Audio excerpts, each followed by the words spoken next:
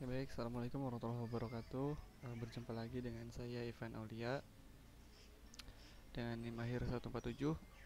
Pada pertemuan kali ini kita akan mengulas materi mengenai proyek 1 dan proyek 2 yang ada dalam buku Sistem Informasi Manajemen karyanya Raymond McLeod. Ya, untuk proyek pertama ya kita akan bahas satu persatu ya mengenai keahlian teknologi sehari-hari. Langsung ke materi. Nah, di sini ada sistem informasi. Nah, sistem informasi ini merupakan sebuah program komputer yang dia bekerja dengan menjalankan program lain yang ada di komputer. Nah, program ini memiliki utilitas sendiri, yaitu program kecil yang mampu menduplikasi file, menginstal peranti lunak aplikasi baru, mengatur tampilan desktop komputer kita dan juga lain sebagainya. Ini sebagai pengatur dari komputer kita atau komputer pribadi kita sendiri ya itu. Oke, berikutnya nah ini untuk jenis-jenis atau macam-macam dari sistem operasi itu ada berbagai macamnya ya. Namun yang paling umum di pasaran atau yang paling umum berada di masyarakat ialah Windows, Microsoft Windows. Nah, ini sudah ada dikenalkan sejak kalau tidak salah 1981 oleh Bill Gates. Nah, untuk Windows sendiri sudah berkembang cukup banyak dari semenjak awal diperkenalkan ke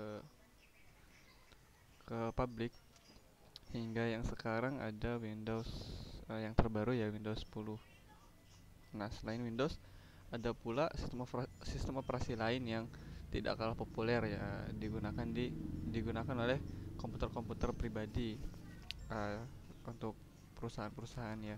Di antaranya ada Unix serta ada Mac OS X yang ini diperkenalkan oleh perusahaan Apple untuk Mac OS X ya. Lalu, nah selanjutnya, nah, dalam penggunaan komputer tak lepas dengan yang namanya ancaman serta ancaman dari virus serta spyware. Ya, virus sendiri merupakan suatu program komputer yang dapat menggandakan atau menyalin dirinya sendiri dan menyebar dengan cara menyisipkan salinan dirinya ke dalam program atau dokumen lain. Nah, pokoknya ini sebuah program yang mengganggu kinerja komputer kita. Ini contohnya ada banyak, di antaranya ada worm, trojan, backdoor, sampai virus ponsel ya. Ini teman-teman bisa baca sendiri. Serta selain virus juga kita harus waspada dengan yang namanya spyware. Dimana spyware ini merupakan perangkat lunak yang dapat menginstal diri sendiri dalam komputer untuk mencuri data atau memantau pengguna komputer tersebut. Ini perlu diwaspadai ya, khususnya kaitannya dengan kerahasiaan data yang dimiliki oleh perusahaan. Jadi patut diwaspadai ancaman dari virus serta spyware ini. Oke, untuk proyek 1 saya rasa hanya sekian ya materinya, tidak terlalu banyak juga serta tidak terlalu padat, jadi mudah untuk dipahami. Lanjut untuk proyek kedua ialah proyek web atau HTML dengan menggunakan Microsoft Frontpage. Nah, pada proyek ini kita akan coba mengulas bagaimana sih caranya membuat suatu tampilan web atau membuat laman web. Jadi untuk materi kali ini kita akan lebih membahas mengenai tata cara untuk membuat suatu laman web itu sendiri. Jadi tidak berfokus kepada materinya atau teorinya, tapi kita akan lebih berfokus kepada prakteknya. Oke, lanjut langsung saja. Nah, untuk front page itu apa sih? Front page itu, jadi front page merupakan aplikasi bawaan Microsoft Office ya, yang mudah digunakan dan dapat digunakan untuk membuat halaman web yang sederhana tentunya. Nah, pengguna Adobe Text dapat membuat sebuah halaman web memerlukan waktu yang lebih banyak dan sedikit lebih sulit, namun memberikan Anda kontrol yang lebih besar terhadap desain halaman web tersebut. Lalu, nah ini untuk implementasinya ya. Yang pertama, kita bisa membuka aplikasi Microsoft Office front page. Nah, yang saya perkenalkan di sini adalah versi 2003. Jadi dapat dibuka dengan mengklik logo start, lalu mencari Microsoft Office dan mengklik Microsoft Office front page, atau dapat pula diklik langsung ikonnya di desktop. Lalu, nah tampilan utamanya nanti akan muncul seperti ini setelah dibuka dengan mengklik logo dari Microsoft front page. Nanti akan muncul tampilan seperti ini untuk tampilan utamanya. Lalu ini kita mengikuti alur yang ada di buku sistem informasi manajemen ya, langkah-langkahnya. Lalu langkah ketiga, kita bisa langsung mengetikkan Universitas Pisa dengan font 5 atau 18 pt dengan format paragraf di center atau di tengah.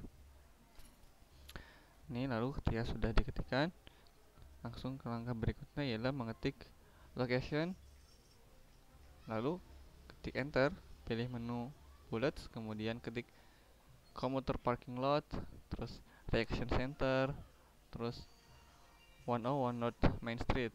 Ini untuk alamatnya ya, untuk alamat dari web atau iklan yang akan kita pasang di Microsoft ini. Lalu langkah berikutnya ialah membuat menu table. Nah, pilih menu table karena kita akan membuat sebuah table dengan klik table, insert, dan masukkan table tentunya. Nah, lalu pada tampilan berikutnya kita masukkan sesuai kebutuhan aja ya, tapi dalam kasus kali ini kita hanya butuh 4 kolom dan 4 baris. Kita masukkan di row 4 dan kolom 4, lalu klik OK. Terus selanjutnya akan muncul seperti ini. Nah, lalu langsung saja diketikkan tabel sesuai dengan apa yang diinstruksikan di buku, dan klik topping pepperoni saus, terus vegetarian. Ini daftar-daftar harganya ya, mulai dari ukuran kecil, sedang, dan besar. Lalu berikutnya, masukkan gambar dengan cara klik menu insert, terus picture, clip art, dan pilih gambar yang kita punya sesuai dengan tema. Lalu ketika sudah dipilih, klik enter. Nah, nanti tampilannya akan muncul seperti ini. Nah, ini gambar yang saya contohkan ya, yang kita ambil menggunakan orang yang sedang membuat pizza, karena sesuai dengan apa yang kita tampilkan ya, Universitas Pisa ya. Lalu berikutnya klik enter dan masukkan kalimat why order from us.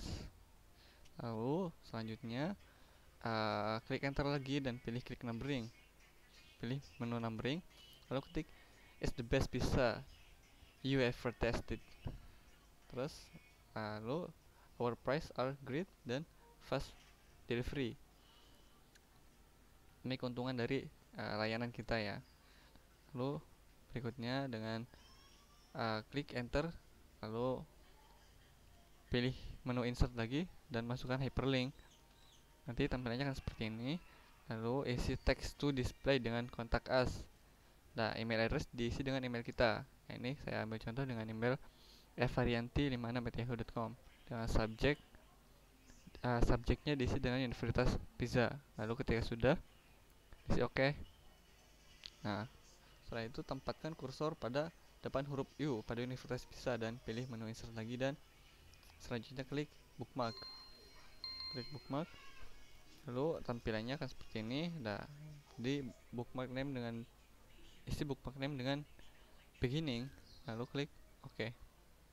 Nanti tampilannya akan muncul seperti ini, akan ada tampilan bendera biru di depan huruf O pada kata Universitas Pizza. Lalu next. Nah, pilih menu insert lagi, masukkan hyperlink, lalu kemudian pilih place in the document, isi text to display dengan link to my school, lalu klik OK.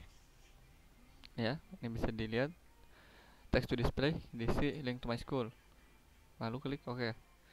Nah, setelah itu pilih insert lagi, menu insert lagi, klik hyperlink, kemudian pilih exiting file or web page dan isi text to display dengan link to my school, lalu klik OK. Nah, setelah itu lagi insert lagi hyperlink, pilih paste to document dan isi text to display dengan go to top of page, lalu pilih beginning lagi, lalu klik OK lagi. Nah, setelah itu tulisannya akan berwarna biru pada layar monitor. Lihat ya, tadi yang sudah dimasukkan hyperlink akan berwarna biru pada layar monitor. Lalu, ketika semua sudah selesai, kita dapat mengklik preview untuk melihat halaman web yang telah kita buat. Ya, berarti pada langkah ini semua langkah yang tadi telah dilakukan sudah dianggap selesai ya. Jadi dengan kata lain halaman web yang kita buat itu sudah selesai, sudah tuntas. Jadi sudah siap untuk digunakan. Nah, lalu selain itu penggunaan dari Microsoft Frontpage sendiri memiliki kelemahan serta keuntungan. Nah, kelemahannya sendiri ialah kode HTML atau kode yang diproses oleh browser internet yang dihasilkan tidaklah efisien karena penggunaannya yang sulit. Lalu yang kedua, komputer dan perangkat lunak harus di-download untuk mencari aplikasinya. Akan tetapi keuntungannya apa? Proses pembuatannya menjadi lebih cepat, menghemat biaya pekerjaan karyawan, dan dalam hal membuat halaman web lebih mudah digunakan dengan menggunakan Frontpage seperti yang tadi telah kita praktekkan langkah-langkahnya ya sebelumnya. Oke, mungkin itu saja presentasi dari saya mengenai materi proyek 1 dan 2. Apabila ada kekurangan atau salah kata, salah kalimat, saya mohon maaf.